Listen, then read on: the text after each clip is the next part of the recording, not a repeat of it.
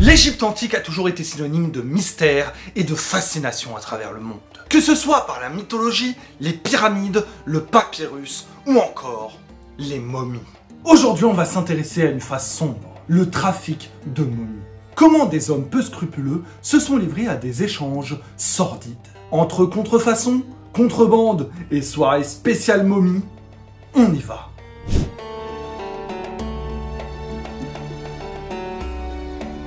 Avant de commencer, n'oubliez pas de s'abonner et de liker, c'est très important pour nous, on vous remercie. Les momies égyptiennes ont toujours fait l'objet de fascination. Surtout lorsqu'on les découvre dans des tombeaux cachés, avec un sarcophage magnifique et un trésor en prime. Celle de Toutankhamon en est l'exemple le plus parlant, puisqu'en plus vous ajoutez une histoire de malédiction. D'ailleurs, on en parle dans cette vidéo. Il est vrai que pouvoir regarder une personne morte il y a 3000 ans, ça doit procurer certains frissons, surtout pour les historiens ou même les passionnés. Imaginez au 19e siècle, quand on commence à découvrir les momies, que se développe en Europe une fascination pour l'Égypte antique. Tout à coup, tout le monde veut voir une momie, et même en posséder une chez lui. Peu importe que les chercheurs puissent y trouver des informations historiques, peu importe qu'elle s'abîme pendant le voyage. Ce qui compte, c'est d'en posséder une à tout prix. Et pour cela, des gens peu scrupuleux vont en faire un marché. Le marché noir des momies égyptiennes. Au fait, dites-moi en commentaire si vous êtes déjà allé en Égypte et ce que vous y avez vu comme monument. Pendant des siècles, le terme momie désignait tout autre chose. Il s'agissait d'un produit quasi miraculeux que les Européens utilisaient en médecine depuis les Grecs. Un produit qui pouvait soigner aussi bien les abcès, les crises d'épilepsie, les fractures ou encore le vertige. Les Perses appelaient ce produit le moumia, et aujourd'hui on le connaît sous le nom de bitume. Oui, le bitume, qu'on utilise aujourd'hui pour faire les routes. À l'époque, c'était le médicament qui guérissait tout. Et forcément, face à un tel produit miracle, la demande était très forte, trop forte, si bien que la présence naturelle de bitume a fini par se tarir. Sauf que les marchands orientaux se faisaient un fric fou avec la moumia, si bien qu'il leur a fallu chercher d'autres sources de matières premières. Ils ont fini par trouver. Des centaines et même des milliers de corps avaient été momifiés pendant 3000 ans. Les différentes résines, huiles et produits aromatiques dont on recouvrait les cadavres avaient la même consistance et la même couleur que la moumia. Mais en bonus, ça sentait bon. On est donc face à des escrocs. Le truc, c'est que ces escrocs vont se faire avoir eux aussi par des escrocs. Et oui, même si les momies n'étaient pas rares, il n'y en avait pas non plus des millions. Certains marchands orientaux, peu scrupuleux, sans aucune morale même, ont fabriqué leurs propres momies. Des cadavres modernes auxquels on donne l'aspect de momie. Ce qui entraîna une baisse de qualité du produit qui n'était déjà plus le vrai. On a donc la moumia primaire, le bitume, la moumia secondaire, le liquide provenant des momies, et la fausse moumia provenant des fausses momies. Faut s'y retrouver.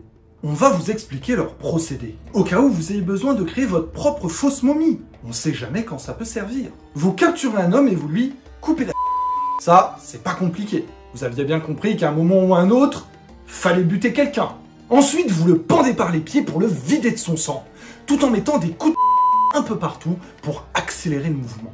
Une fois vide, vous remplissez les blessures et les orifices par un mélange d'épices. Vous enveloppez le corps dans du foin et vous l'enterrez pendant 15 jours. Ensuite, vous le sortez et vous l'exposez au soleil pendant une journée. Le tour est joué, vous pouvez servir. Les premières oppositions aux moumias et à tout ce trafic est d'abord médicale. Le grand médecin Ambroise Paré, dès 1582, s'oppose à l'utilisation de la moumia en médecine, indiquant tous ses effets négatifs. Bien plus tard va également apparaître la curiosité envers les momies en tant que telles, ce qui va entraîner une baisse de la consommation de moumia, mais va faire apparaître d'autres problèmes. En effet, il va se développer en Europe une manie un peu étrange, celle de rapporter des momies pour chez soi, pour décorer. En vérité, cette mode ne date pas d'hier. Depuis l'Antiquité, certains Grecs et Romains avaient déjà fait voyager des momies. Mais d'un côté, les autorités ottomanes ont imposé des lois pour empêcher leur exportation, et de l'autre, les voyageurs avaient peur des fameuses malédictions de momies. Superstition sûrement encouragée par les Égyptiens eux-mêmes, dans le but de garder leur trésor. Une des légendes parle d'un événement qui aurait eu lieu en 1571. L'Empire ottoman souhaite contrôler la Méditerranée et entre en conflit avec les puissances européennes.